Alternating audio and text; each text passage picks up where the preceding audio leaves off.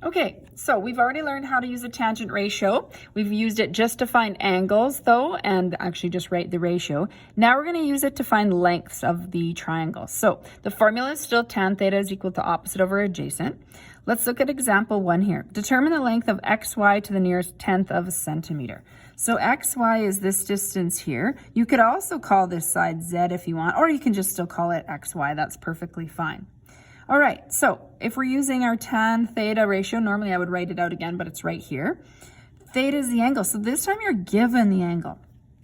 So you're plugging that, instead of writing in theta symbol, you're actually putting in the angle. So it's very important, keep track. Theta is angles, so you always have to have something written after the word tan, either a theta symbol or a letter for a variable or an angle. Equals opposite. So if this is the angle that we're talking about, opposite is z or xy, up to you. Sometimes I like just writing one letter, so I'm just going to put z.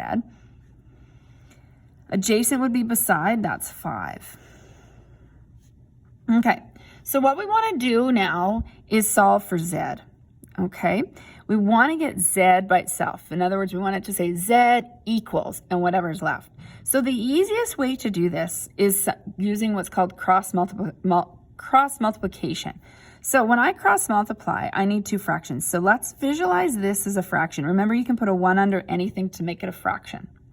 So when I cross multiply, here we go across, 1 times z is z, so that's z, equals, now I'm going to go 1070 times 5. What this means is 5 times 1070. We put the number that we're multiplying out front, we call that a coefficient, 1070. These are attached together. They have to stay together. This means 5 times 1070. So most of your calculators actually recognize that if you just type it in like you see, you don't have to put the multiply button. Maybe you have a calculator that you do. So you would go 5, 10, 70. Because I'm not doing any fractions, I don't have to hit my brackets, and it's going to tell me the answer. So that side length is 13.7, because nearest tenth means 1 decimal, centimeters. Okay. Again, I want to point out, if for some reason you have to hit the times button, that's okay. 5 times 1070 equals. Okay.